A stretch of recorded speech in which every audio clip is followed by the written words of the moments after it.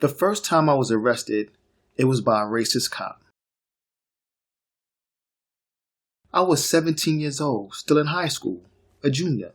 I lived in the South Bronx, across the street from the projects. It was the beginning of the summer, the end of the school year.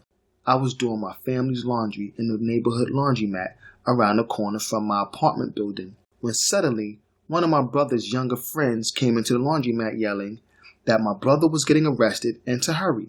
So I did. Leaving my clothes, I rushed to find out why my 14-year-old brother was getting arrested. I ran as fast as I could to him. Once there, I see my brother being handcuffed, aggressively, by an officer pressing his grown man weight against my younger brother.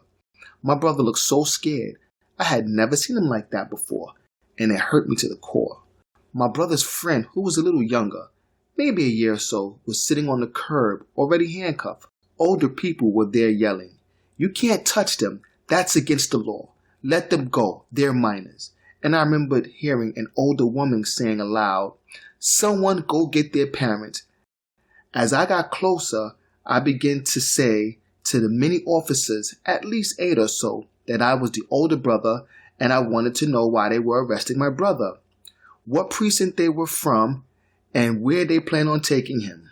The arresting officer looked so angry with me, like I had no business being there. He then told me to leave and mind my business. Of course I didn't. I said I wanted his name and his badge number. That's when the other officers took offense and crowded around the arresting officer. And one of them told me I was about to be next. I responded with, I didn't do anything and they couldn't arrest me. That's when they began to disrespect me and say things like, "Get the F out of here," or "You're next." Yeah, he's going to be right alongside his brother. Little effing troublemaker. This neighborhood's full of them. Mind you, I was an honor student and salutatorian, second highest grades in my graduating class. I stood my ground after hearing the insults and knowing how officers are and have been to people in my neighborhood. I had seen it many times. Not moving an inch, I said even louder this time, "What's your badge number and what precinct are you taking him to?" Officers then began to turn and hide their badge numbers, but the one officer of color approached. I assumed he'd assist me. Boy, was I wrong. He said something in Spanish about being black. He said cocolo, meaning dark-skinned person, then pushed me into an officer who had positioned himself behind me.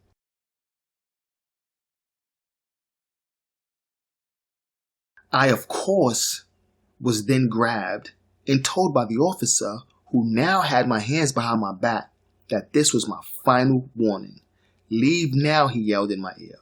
It was so loud my ears rang for days after that. And he pushed me away from the group of officers and my brother, assuming I'd leave. The people standing there now yelling aloud to leave me alone were angry and yelling more and more. Although my ears were ringing, I could still hear from my left. I turned and said, "That's my brother, and I did nothing. I have every right to ask you where you're taking him and why." The arresting officer, now smirking at me while containing my brother with one hand, gestures to me with the other to come. I begin towards the officer, passing the others, and ask, "What did he do?" The officer, without answering me, said, "You want my badge number? Here it is." Still holding my handcuffed little brother by his arms and forcefully holding him against the wall, face first, reached out gesturing to look at his badge. As I leaned in a bit closer, finally within arm's reach of the officer, he grabbed my head and banged it on his badge. I seen stars immediately and felt the warm wetness of blood now running down my face. Just then, the officers around me lunged towards me, forcing me to the ground and handcuffed me too. The people from the neighborhood, a few friends and older people, yelled and began to come closer in anger. Police officers then drew their weapons on the crowd and told them to get back as they pushed me headfirst into the back of a squad car. The handcuffs were so tight they were cutting my wrists. As I sat there, blood in my eyes, wrists in pain, as they drove me what seemed to be over every pothole they could find on the way to the 40th precinct in the Bronx, all I could think of was, "Oh my gosh, my mom's gonna kill me. I left our clothes in a laundromat." Once at the precinct, they put me in the cell, never uncuffing me. Now I couldn't see because there was so much blood in my eyes and I couldn't wipe it. After about 30 minutes, I heard my mother and her best friend come into the precinct yelling, "Where's my son? Why did you arrest him?" After a few minutes, I could hear them telling my mother, "Calm down. They had me in the back. She demanded to see me." I remember the officer saying, "She's lucky. I'm still a minor." They let her and her friend in to see me.